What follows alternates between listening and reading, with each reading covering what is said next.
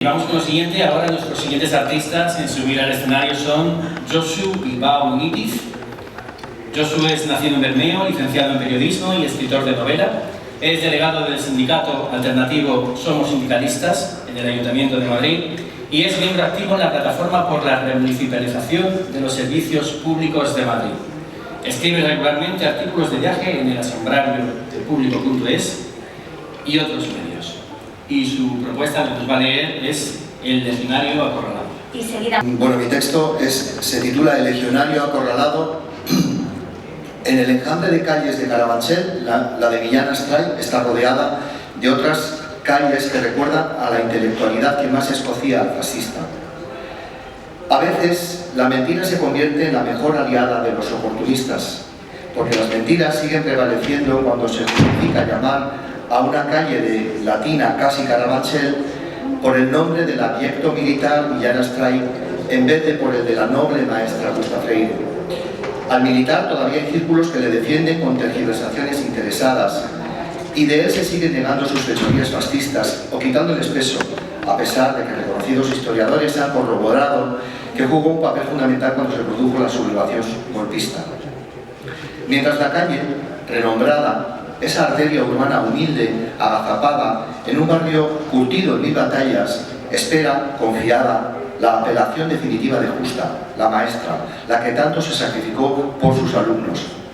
Para cuando nació Augusta Freire, el militar tenía ya 17 primaveras estériles y pendencieras, y su afán por hacerse un hueco en aquellos regimientos herederos de muerte y humillación le llevó a Filipinas antes que a Marruecos. En Filipinas se cuenta que echó los restos, por lo que equivocadamente él entendía que se trataba de la defensa de la patria.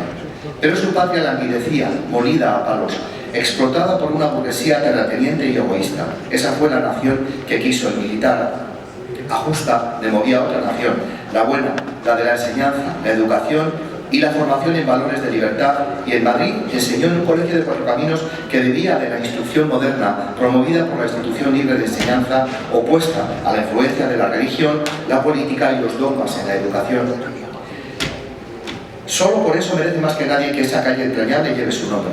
Además, Justa fue una de las primeras mujeres españolas que dirigió un equipo de docentes formado por hombres, una pionera de la igualdad. Mientras que al militar macho que fue Millán Astray, un franco avergonzado le tuvo que exigir que huyera a Portugal para ocultarse con su amante, mientras ésta daba luz. Entre tanto, en Madrid, el legionario mantenía la pantomima de vivir con la mujer con la que estaba casado. Millán Astray ni siquiera fue capaz, él mismo, de someterse religiosamente a los dogmas franquistas del matrimonio, los más retrógrados y machistas, aquellos de la que tanto se jactaba. A los que buscamos que se rebautice la arteria ciudadana de Latina Carabanchel con el nombre de la maestra, nos queda el consuelo de saber que el militar, muy a su pesar, está estratégicamente rodeado en el callejero del barrio por esa inteligencia que él tanto detestó y para la que pidió la muerte ante Unamuno. Al norte está la calle Valle Inclán, en honor del intelectual que tan sabiamente supo describir en sus obras de teatro los errores de los militares viriles, los abusos del poder castrense en el mismo periodo histórico de España que vivió el propio Millán Astray. Y más arriba queda la calle José de Cadalso, militar también del siglo XVIII, pero recordado como escritor ilustrado, alumno nada menos que de Voltaire. También está la calle Soledad Cazorla, la primera fiscal de Sala contra la violencia sobre la mujer. La calle de Anselmo Lorenzo, el abuelo del anarquismo español y uno de los fundadores de la CNT, un gran intelectual y un sindicalista. O las de Blas Cabrera, el insigne físico canario, director del Laboratorio de Investigaciones Científicas en 1910, que murió en el exilio republicano en México. ¿Cómo deben escocerle al general estas compañías callejeras? A él, que apenas leía y que huía de la institución académica como del infierno, aunque el infierno no le provocara ningún terror, según decía, porque él era tan macho que no le temía la muerte. Palabras necias, sobradas de una exultante virilidad mal resuelta. Hay más sabiduría y determinación en una sola lección de Justa a sus alumnos que en todas las batallas africanas del general detestable, y hay en Justa humildad y pasión por la educación libre, como demostró al colaborar con las misiones pedagógicas junto a María Zambrano, Luis Cernuda, María Moliner o Maruja Mayo, nombres todos de altura intelectual y artística. Los compañeros del militar, sin embargo, fueron los golpistas y los sublevados que arrastraron a este país a la lucha y a un retraso secular en una dictadura encabezada por un hombre ignorante, acomplejado y dogmático. Aquella humildad y aquella pasión de justa habían de tornarse en resignación al verse represaliada, y en la cárcel de mujeres de Ventas continuó con su empeño y se hizo cargo de la escuela de presas. Mientras para Justa eran las sonrisas de los niños y niñas los mejores regalos que su enseñanza podía devolverle, el general fundador de la Legión cosechaba las orejas de los moros como trofeos obtenidos en sus escaramuzas rifeñas, donde cometía atrocidades. Episodios aberrantes de una carrera militar plagada de excesos crueles, de inhumanidad, de indignidad.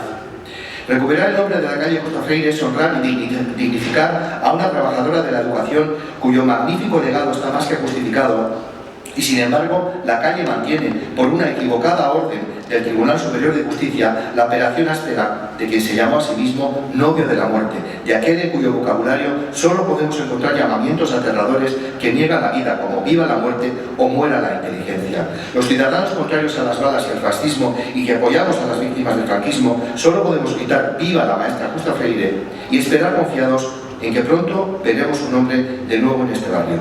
Muchas gracias. Bueno, ahora escucharemos el testimonio de Alma Hernando. La pieza lleva el nombre de Millán Astray y mi padre. Alma Hernando, con la ayuda de su hijo Carlos, nos relata su recuerdo sobre el día en que su padre, Antonio Hernando, fue humillado por el general Millán Astray.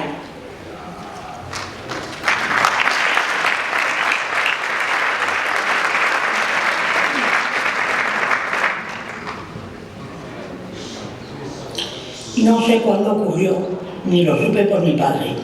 Mi madre se lo contaba a su hermana Julia y yo lo oía a través de la puerta entrecerrada. Mi madre llorando le decía a su hermana lo mal que lo había pasado el Tony en su trabajo como conserje del hotel. Por lo visto al hotel había llegado un militar muy importante, nada menos que Millán Astray, decía mi madre en voz baja. Mi padre no le había atendido con la suficiente rapidez y obediencia, y el militar había dicho que lo denunciaría. Figúrate, eso supone perder el trabajo y seguramente con sus antecedentes la cárcel. Pero, ¿habrá una solución?, preguntaba mi tía. Ha intervenido el director del hotel en su favor. Ha conseguido que no le denuncien si le pide perdón de rodillas en el hall del hotel. Menos mal. Pero Julia, ¿te das cuenta de la humillación que supone eso para el Tony? Toda la humillación que quieras, pero tiene que complacerle. Mientras me iba despacito por el pasillo para que no me descubriera, me imaginé a mi padre de rodillas con su uniforme de conserje pidiendo perdón a un gigante. Cuando ese día volvió mi padre del trabajo, corrí hacia él y le di un abrazo. Creo que lo entendió, porque se secó unas lágrimas y me dijo: gracias, Miti.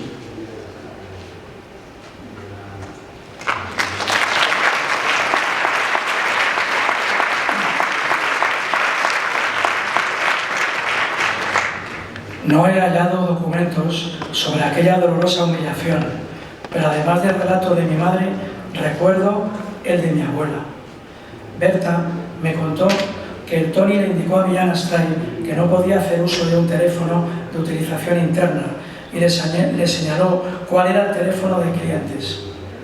Según el relato familiar, mi abuelo no reconoció en aquel cliente al fundador de la Legión. Se me hace difícil creer que no reconociese de inmediato a tan caracterizado personaje, y me pregunto si fue la ignorancia, la ingenuidad o la temeridad lo que le llevó a emplearse con aquel celo profesional de previsibles consecuencias.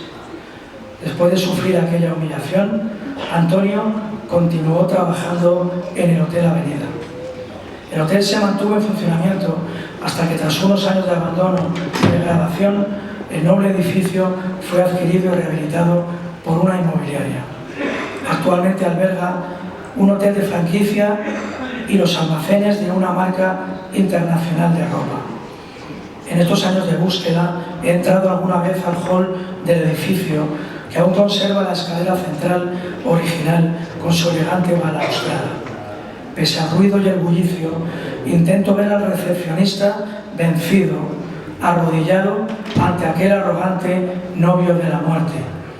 Siento rabia e impotencia, pero también ternura y orgullo, porque sé que realmente mi abuelo fue el gigante en aquella escena imaginada por la niña que fue mi madre.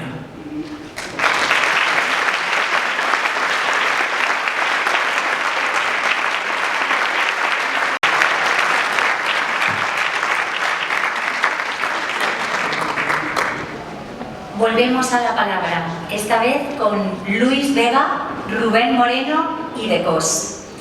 Luis Vega con Un paseo por Carabanchel. Luis Vega es escritor, grabador, activista social, fundador de Rivas Sahel, Ecologistas en Acción, AMAL, Asociación Madrileña de Ateos y Librepensadores. Con vosotros, Luis Vega.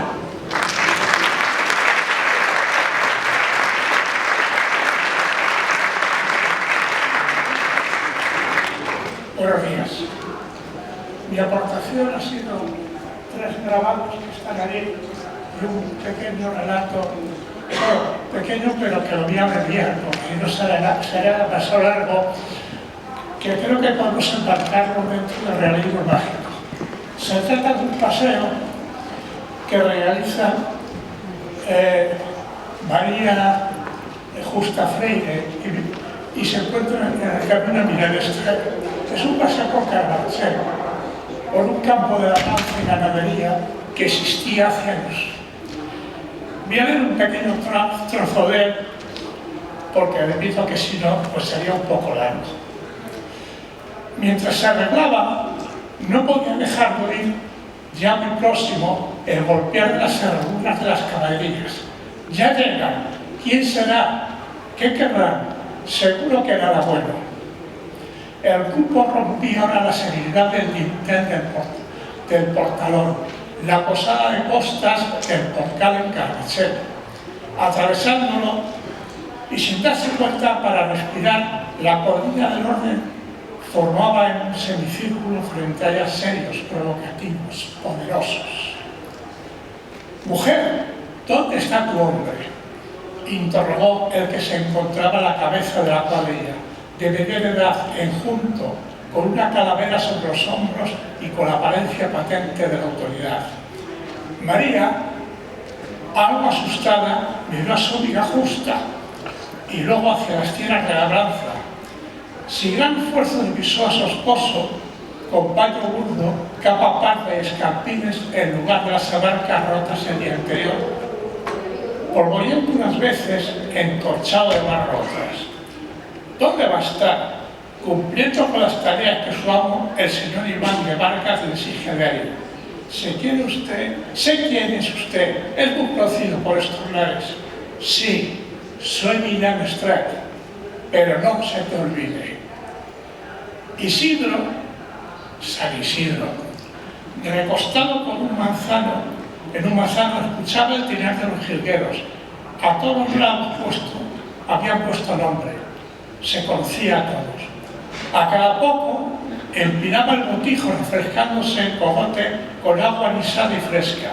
A su derecha, unos bueyes bien encaminados por un par de negros con aguja en mano guiaban la yuca arando la tierra. Trabajar, menuda manera de estripar el turrullo. Tumbado a la sombra, gritó suez el mandamás Miral-Estret. Ya nos habían dicho, es un vago, cuando utilizó con sorna uno de los caballeros a caballo. ¿Cómo dice? ¿Mi sido un vago? Lo que es un santo, lo contrario que usted que es el diablo, señora Estret. Se ve algo más joven que usted, será por la maravilla que le da, dijo entre carcajadas otro de los cabalgantes. Una mujer tiene la edad del hombre al que ama, le contestó muy brava María de la Cabeza, añadiendo a continuación Justa. Mala vida es la que dan ustedes a la gente, decente y honrada.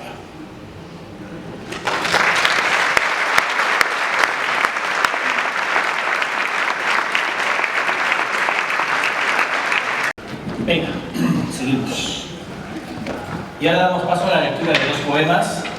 El primero es de Antonio Rubio, maestro, recopilador de la memoria poética y poeta de la infancia nueva. No puede hoy acompañarnos, pero como si se tratara de un nuevo Narciso, el eco de sus palabras resonará en la voz de nuestra compañera Ana Llorente. Poema Justa Freire, Desalojada.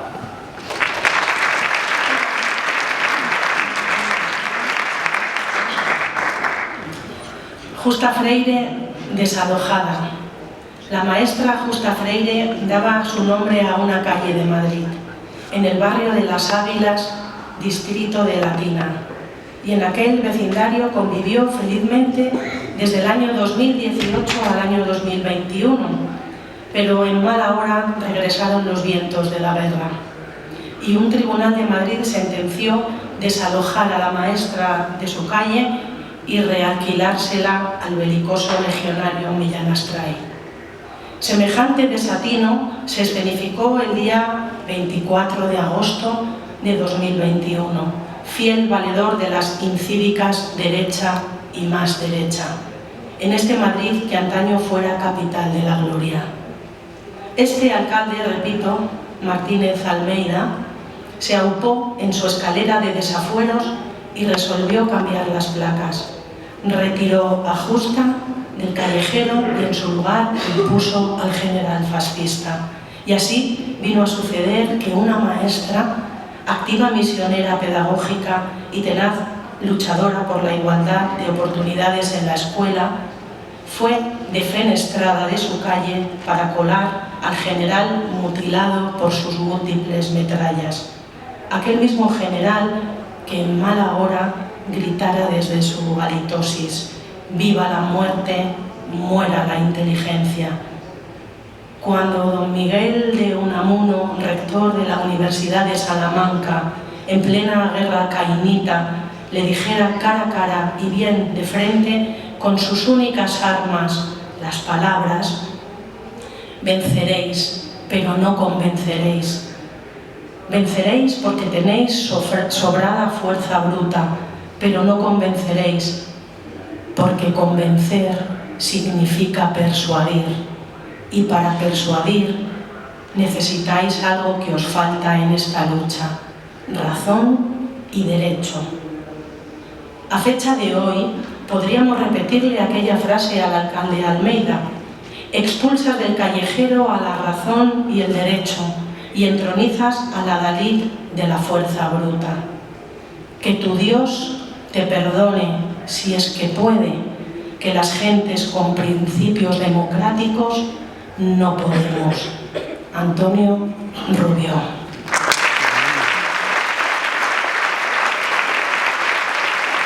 Sí hablaremos de los autores de la canción que ha acompañado al vídeo. La música es de Salvador Amor, hijo y nieto de músicos, canta y toca la guitarra desde que se acuerda.